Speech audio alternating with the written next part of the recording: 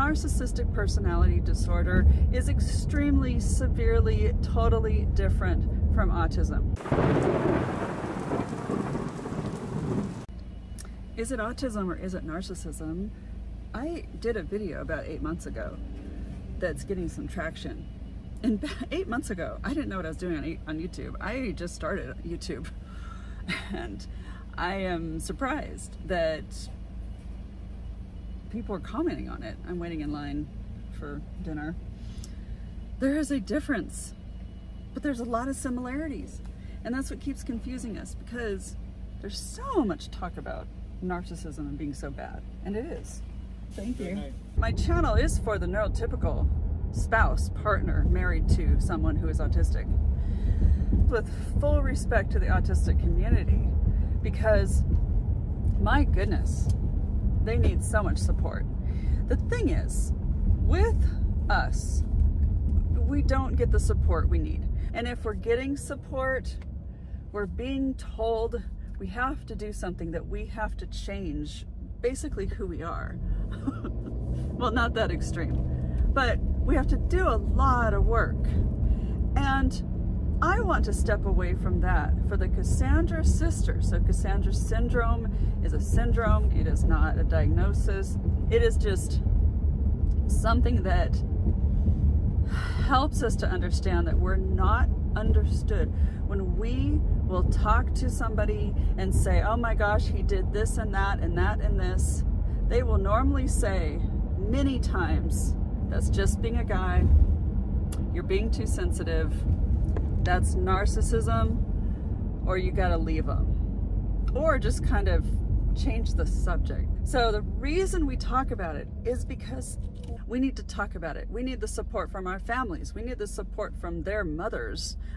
We need the support from their family, who's a lot of times isn't going to give us the support, but we'll go to them seeking that support. We'll go to our brothers and sisters and moms and dads and cousins and everybody to just get some clarity, because our life has been turned upside down by this relationship. So what I want to say, this video that's getting traction, I was not clear back then 8 months ago, so I'm getting some negative comments. And what I want to make so clear is that narcissistic personality disorder is extremely, severely, totally different from autism. Autism shows signs of narcissism because of the mind blindness. The mind blindness is not being able to put yourself in somebody else's shoes. There's a lot more to it, of course. But if you know autism, you know autism. You know a lot about it already. If you know narcissistic personality disorder, you know a lot. But the reason so many Cassandra sisters are saying, oh my gosh, he's got comorbidities, he's got narcissism too, and they're not exempt from getting personality disorders. Most of our men are diagnosed late. Most of us don't know they're autistic going into it, and we don't know what's going on for maybe 10 to 20 years. So we're already fried by the time we find out. To heal Cassandra syndrome is to be heard, to be believed, to be understood, to be supportive, to be invited to that Christmas party, just you and not your spouse. He doesn't want to go.